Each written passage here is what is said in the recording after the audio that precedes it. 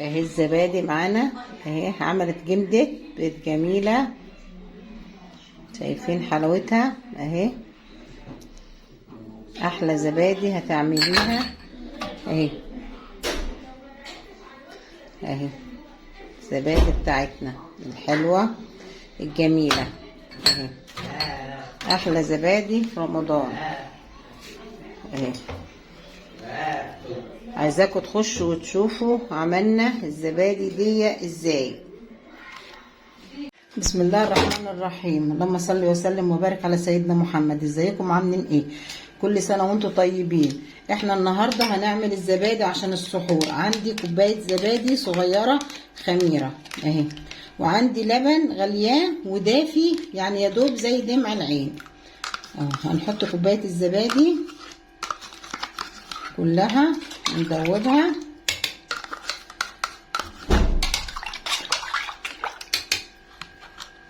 وهصب في الكوبايات.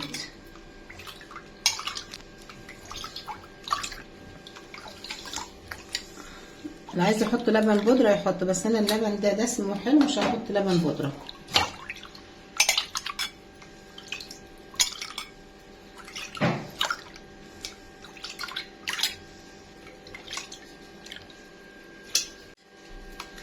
اهو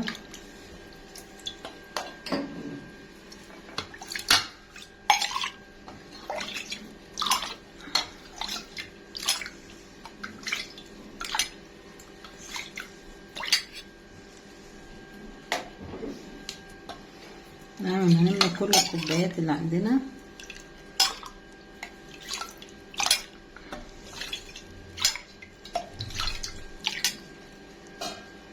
كل واحد تبع اسرته تبع الكميه اللي هو عايزها.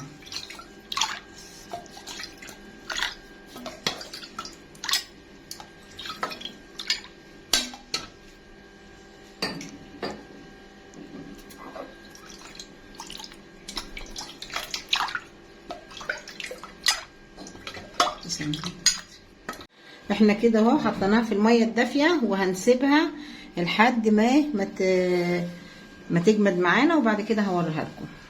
فهنشوف الزبادي بتاعتنا بعد ساعه واحده بقيت ازاي اهي. هنحطها في التلاجة اهي بعد ساعه واحده على طول اهي جمدت معانا، وهحطها في التلاجة اهي. هحطها في التلاجة ساعة، مفيش غيرها يا جماعة. الزبادي ساعة واحدة بتتجمد، وهنحطها بس في التلاجة شوية. احلى زبادي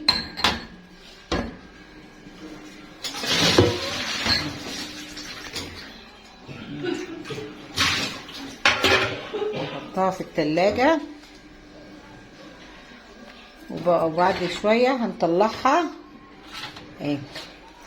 نعمل الزبادي ساعة واحدة، ساعة واحدة بس هتاكلي احلى زبادي. شايفين الزبادي بتاعتنا بعد ما طلعت؟ شايفين عاملة ازاي؟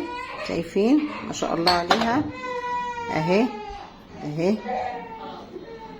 اهي جمدت معانا بقت حلوة خالص بساعة واحدة يعني اتعملت، وحطيناها في التلاجة وبقيت بالحلاوة دي اهي. احلى زبادي لسحور رمضان. كل سنة وانتم طيب. عجبكم الفيديو اعملوا لنا لايك واعملوا لنا شير، وخشوا شوفوا الزبادي دي الحلوة دي عملناها ازاي. كل سنة وانتم طيبين، وان شاء الله رمضان كريم. احنا هنقول لكم طريقة الزبادي دي طريقة سريعة كده بسرعة. هنشرح. احنا هنجيب اللبن هنغليه غلو كده، هنغليها غلوة حلوة عشان يبقى مبستر معانا، وهنحط هنجيب مية نغليها، مش هتبقى مغلية قوي، هنعملها ونسيبها تبقى ايه يعني فترة كده. وهنجيب خميرة عبارة عن كوباية زبادي صغيرة، هتاخدي منها الكوباية المعلقة او الكوباية الصغيرة كلها.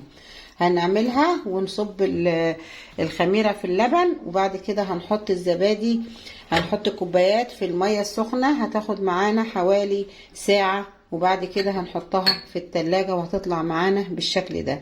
احلى زبادي اهي لسحور رمضان. وفي ناس بتحطها طبعا في الفرن، تولع الفرن، انا ما عملتش كده. اللي عايز يولع الفرن ويحطها فيها طبعا دي طريقة برضو ايه اللي عايز يعملها كده، بس انا بحب اعملها بالطريقة دي لان الطريقة دي بتاعتي دي حلوة وسريعة وسهلة جدا اهي. شايفين؟ واحلى زبادي هتاكلوها ان شاء الله، حلوة وجميلة لسحور رمضان.